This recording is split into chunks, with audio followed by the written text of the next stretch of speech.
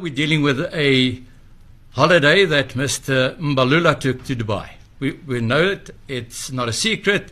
It was admitted. This holiday was between 28 December 2016 and 3 January 2017. He was then the Minister of Sport. We all know, and it's also contained in the case docket, that the cost of that holiday was 684,000 rand, thereabouts.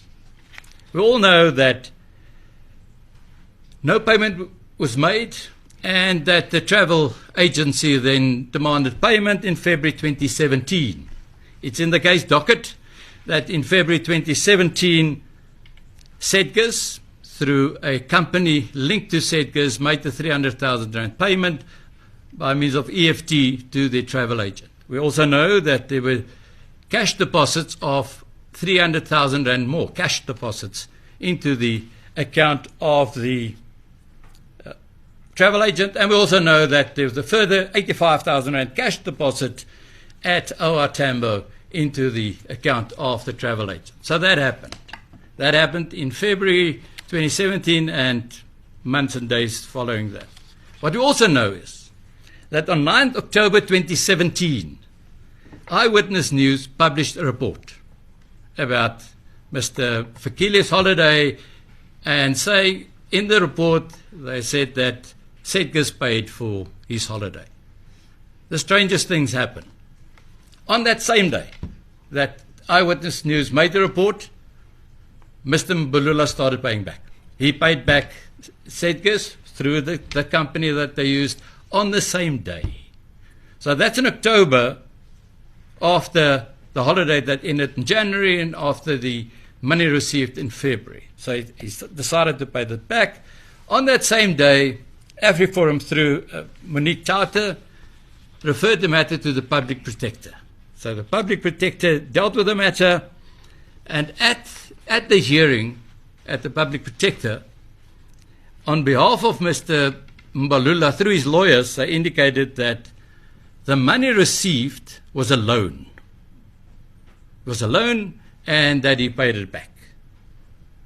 On 19 December 2019, the Public Protector made a finding. The Public Protector made a finding, and she referred the matter back to the NPA to investigate money laundering. Now, obviously, that never happened. The NPA took absolutely no further steps, and that caused the same Monique Tauter to register a case docket in August 2019. Now, a timeline in this matter is really important. So in 2019, case docket is opened. That case docket was then nolly prosecuted on the 3rd of August 2023.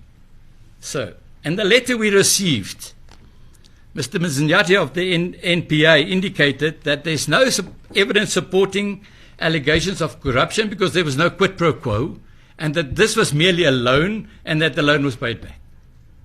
So those were the reasons given for the failure to prosecute. We dealt with those reasons. We dealt with those reasons in a comprehensive representation to the National Prosecuting Authority on the 2nd of October 2025.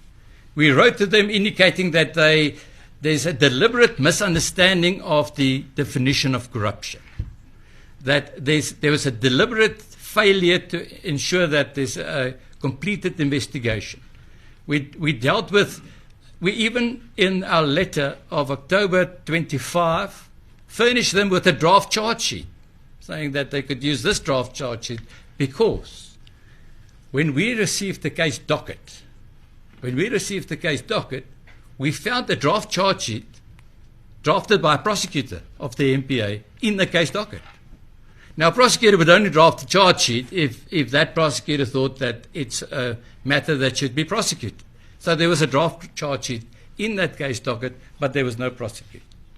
So it's now 6 months later. We haven't received a response on our representations of 2 October 2025. But then something else happened. A new national director was appointed. The new national director made a public pronouncement on the 12th of March 2026, and we thought, well, perhaps let's try again.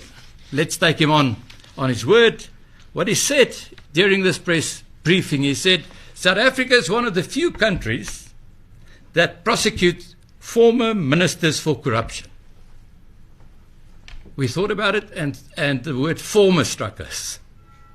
So former ministers would be prosecuted, former officials would be prosecuted, not those currently in the cabinet, also not those who are currently in certain positions. And just think of the allegations against current ministers in the cabinet that's not been pursued. Think of the Zondo Commission's recommendations that were not. We're dealing with